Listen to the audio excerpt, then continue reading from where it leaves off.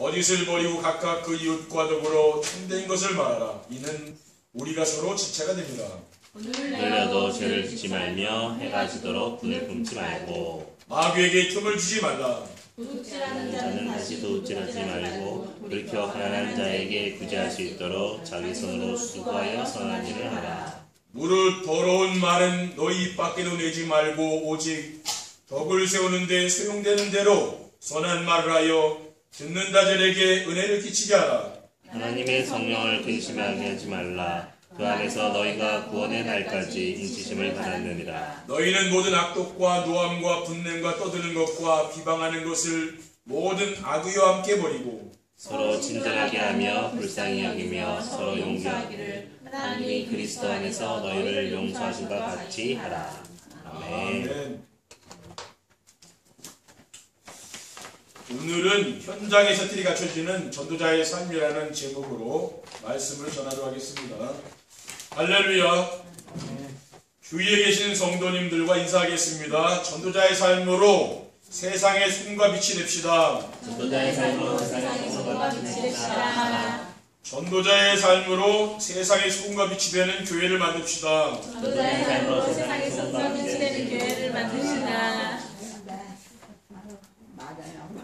전도자의 삶은 우리의 삶 속에서 하나님이 함께 하시는 증거로 전도가 되어지고 계자가 세워지는 삶입니다. 그래서 전도자의 삶을 살면 행복한 인생이 되는 것입니다. 그러면 전도자의 삶이 무엇입니까? 강단에서 선포되는 말씀을 하나님의 말씀으로 믿고 순종하며 사는 것입니다. 우리가 하나님의 말씀을 순종하며 살면 나의 새틀이 갖춰지고 교회의 새틀도 갖춰지며 현장의 새틀도 갖춰지게 되는 것입니다. 그래서 오늘 말씀의 제목이 현장의 새틀이 갖춰지는 전도자의 삶입니다. 현장의 새틀이란 오늘 본문 25절에 27절에 보면은 그런즉 거짓을 버리고 각각 그 이웃과 더불어 참된 것을 말하라. 이는 우리가 서로 지체가 됩니다. 분을 내어도 죄를 짓지 말며 해가 지도록 분을 품지 말고 마귀에게 틈을 주지 말라는 말씀처럼 사탄의 통로인 자기 중심의 삶이 아니고 내 주변에 있는 사람들을 생각하고 배려하는 삶을 사는 것입니다. 첫 번째, 현장의 새틀이 갖춰지는 전도자의 삶이란 무엇입니까? 전도자의 삶이란 현장에서 오직 복음으로 답을 주는 것입니다. 강단에서 선포되는 말씀을 따라가는 전도자의 삶을 살게 되면은 현장에 영적 문제가 보이죠. 그래서 지금도 많은 사람들이 정신 문제, 또 조울증, 우울증, 공황증으로 시달리는 사람들이 많이 있습니다. 그리고 중독에 빠져 있는 사람들도 많죠. 마약 중독, 도박, 또 게임 중독 이런 데 빠져 있는 사람들도 많이 있습니다. 그리고 전도자의 삶을 살면 현장에서 말씀 운동이 일어나게 됩니다. 왜냐하면은 세상 사람들은 어느 누구나 행복한 삶을 살기를 원하기 때문입니다. 이 세상에서 불행한 삶을 살기를 원하는 사람은 아무도 없을 것입니다. 현재의 삶에 만족하지 못하고 갈급한 사람들이 행복한 인생을 살기를 원해서 복음을 듣기를 원하기 때문에 우리 성도님들이 전도자의 삶을 실천하고 있으면은 자연스럽게 말씀 운동의 문이 열리는 거죠. 우리가 여기서 열심히 해서 되는 것이 아니고 내가 이 전도자의 삶을 살고 강단 말씀 따라가다 보면은 하나님이 문을 열어준다니까요. 그리고 전도자의 삶을 살면은 만나는 사람에게 인생의 답을 주게 되는 겁니다. 왜냐하면은 내가 답이 있으니까 답을 줄 수 있는 거죠. 내가 답이 없으면 줄 수가 없잖아요. 내가 답이 있으니까 상대방에게 올바른 답을 내가 전달해 줄 수 있는 겁니다. 그래서 전도자의 삶은 하나도 어려운 것이 없는 겁니다. 사도행전 3장 1절에 4절에 6절에 보면은 성전 미문의 안증뱅이를 베드로와 요한이 성전에 기도하러 가다가 보지 않았습니까? 그래서 베드로가 요한과 더불어 그 안증뱅이를 주목해 보았습니다. 우리를 보라고 하니까 그가 그들에게 무엇을 얻을까요? 바라보았다고 했습니다. 구걸하는 거지 아닙니까? 뭔가 줄까 하고 바라본 거죠. 동전이라도요. 그때 베드로가 이렇게 이야기합니다. 은과 금은 내게 없거니와 내게 있는 이것을 내게 주노니 나사렛 예수 그리스도 이름으로 일어나 걸으라 그랬어요. 그러니까 이 안진뱅이가요, 발목에 힘을 얻고요, 일어나서 걷고 뛰면서 성전에 들어가서 하나님께 예배한 것입니다. 어려운 게 아니죠. 내가 지금 누리고 있는 이 복음을 내가요 전하면은 그 상대방이 살아나는 것이거든요. 문제는 뭐냐면 우리가 입을 열어서 그 복음을 이야기 안 한다는 게 그 문제예요. 저는 우리 가정에서도 늘 이 복음 얘기를 늘 한다니까요. 가족들에게 이야기하는 거예요. 이 그리스도 이게 아니면 안 된다고. 그게 사실이잖아요. 그렇죠? 우리가 진짜 복음을 누린다면 여러분이 입술을 열어야 되니까 이제는. 아직까지 내가 입술을 안 열고 있었습니까? 그럼 가정에서부터 열라고 말이에요. 그리스도의 복음이 아니면은 안 되는 게 아니냐, 그렇죠? 그렇게 하다 보면은 자꾸 문이 열린다니까요. 그럼 자꾸 내 자녀에게 얘기해주고 자꾸 하는 거예요. 내가 누리는 것이니까 얘기해줄 수 있는 거죠. 그리고 전도자의 삶이란 현장에서 복음의 능력으로 치유가 되는 것입니다. 강단 메시지를 따라가는 전도자의 삶을 살게 되면은 복음의 능력으로 황폐한 마음이 치유되니까 기도가 되는 거죠. 황폐한 마음이 무엇입니까? 세상을 살면서 사람들로부터 받은 그 상처 있잖아요. 그리고 자기 생각과 뜻대로 되지 않는 일들로 말미암아 이렇게 할까 저렇게 할까 갈팡질팡하며 집중이 되지 않는 것이죠. 이것은 정시예배를 드리면 다 치유된다니까요. 마태복음 13장 20절에서 21절에 보면은 돌밭에 뿌려졌다는 것은 말씀을 듣고 즉시 기쁨으로 받되 그 속에 뿌리가 없어 잠시 견디다가 말씀으로 말미암아 환난이여 박해가 일어나는 때는 곧 넘어지는 자요. 그러니까 돌밭에 뿌려지는 씨앗은 뭡니까? 열매 맺을 수가 없죠. 그러니까 환난이 오면 넘어져 버리는 거예요.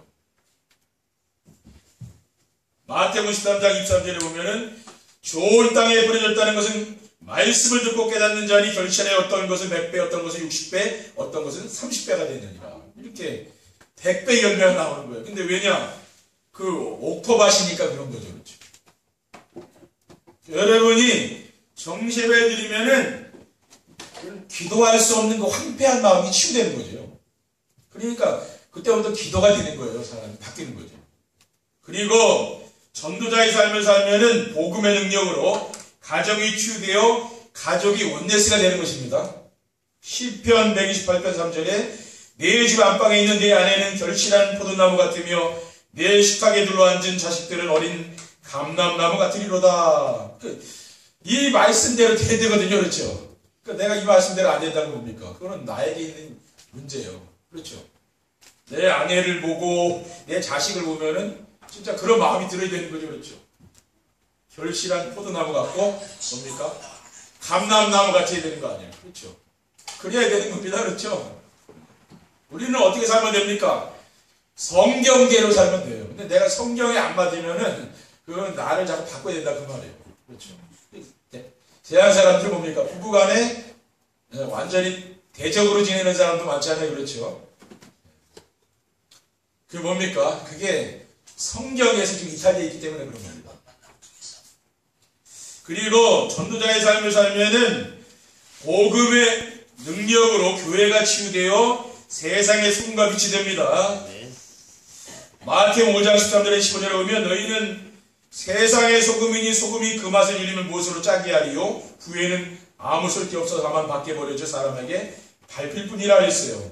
그러니까 이 교회가 치유되면 어떻게 됩니까? 세상에 소금이 되고요. 빛이 되는 그러한 성도들이 되는 거죠. 그리고 전도자의 삶이란 현장에서 복음의 능력으로 문화를 바꾸는 것입니다. 문화란 무엇입니까? 또래와 지역에서 사람들이 자연스럽게 즐기는 것을 말하는 겁니다.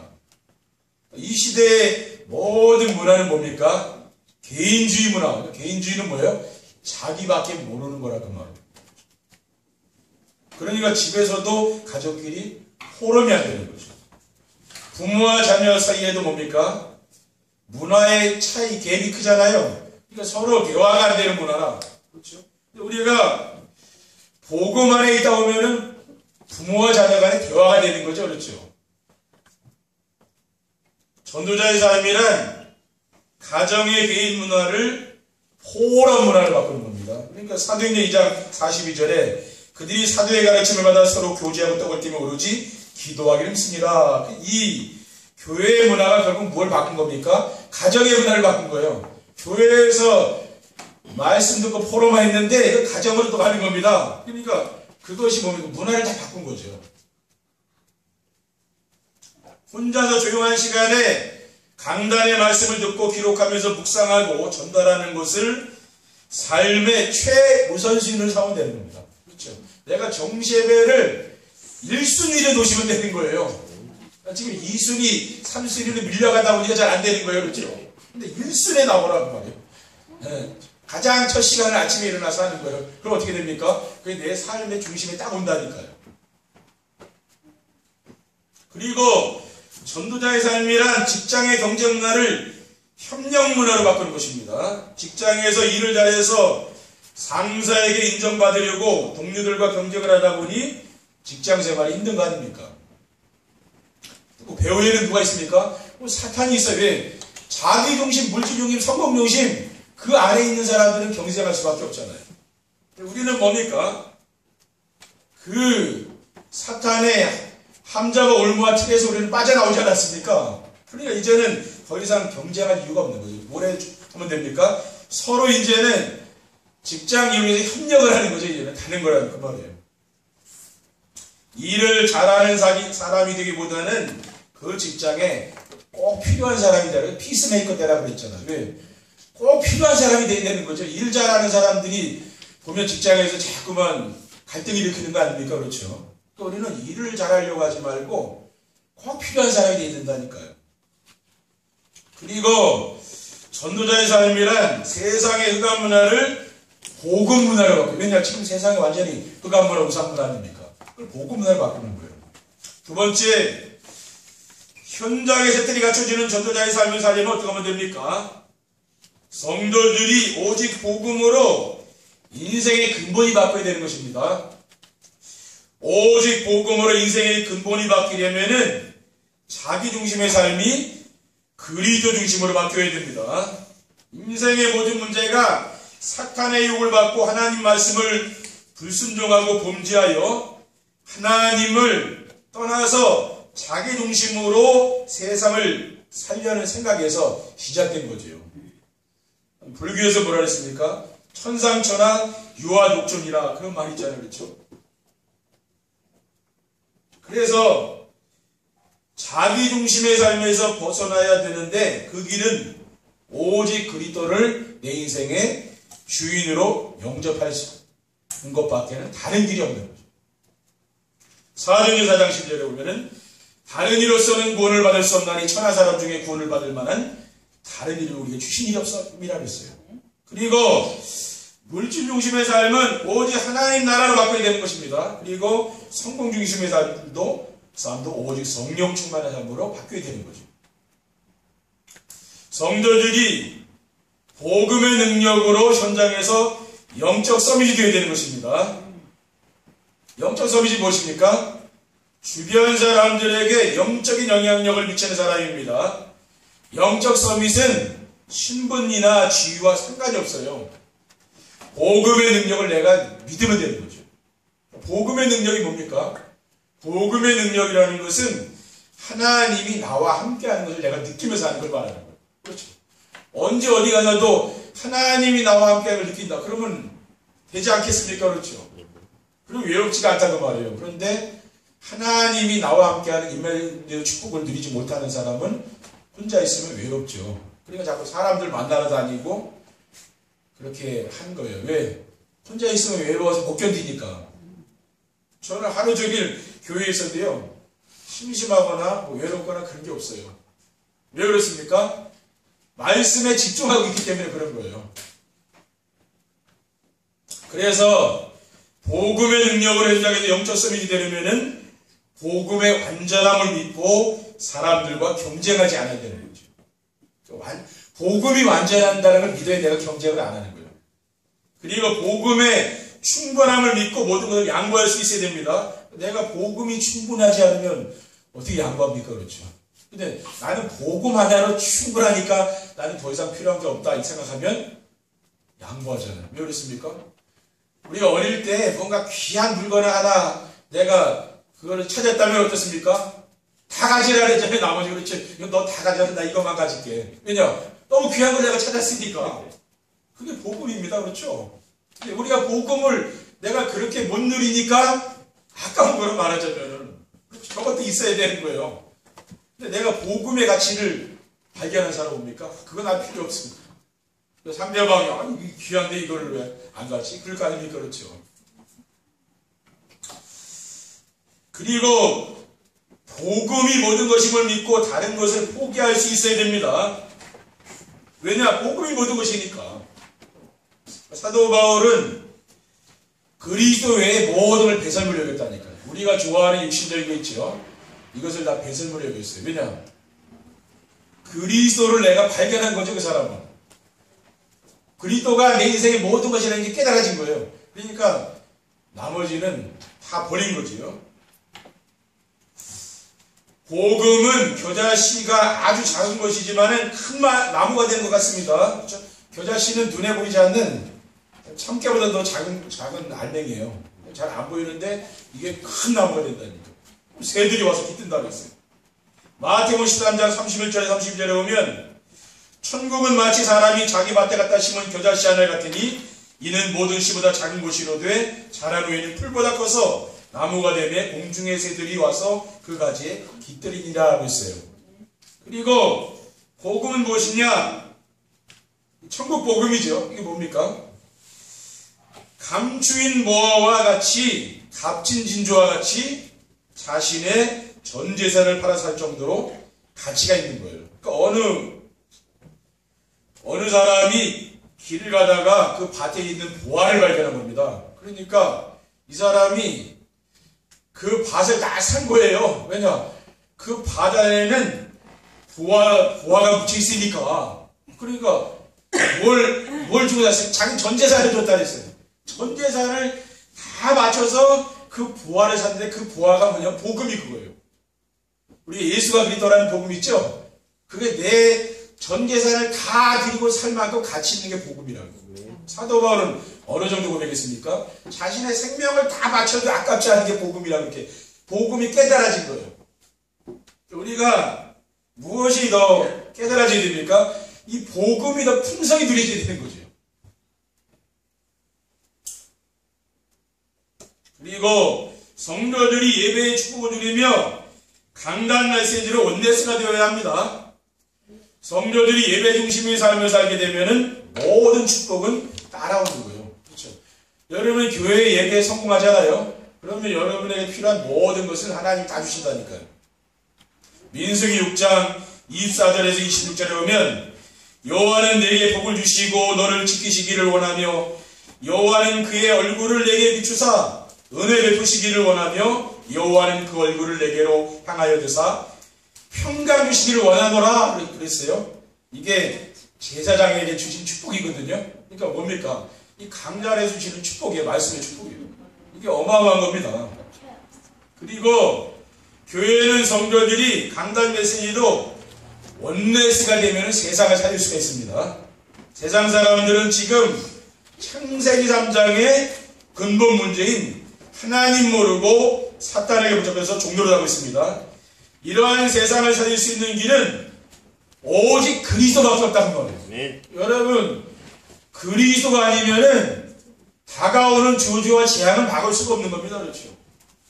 지금 뭐 우리나라도 뭐 5.18 광주 민주화 운동 행사했잖아요. 그 광주 사람 얼마나 상처가 많습니까? 그렇죠? 자식을 잃은 사람, 그런 사람 많잖아. 얼마나 상처예요. 또 우리 주변에도 어떤 사람이 많습니까? 우리 강화도 역사회구장이라 여기도 온갖 위침이 많았고, 그렇죠? 강화에 사는 사람도 그렇게 상처가 많아요, 그렇죠?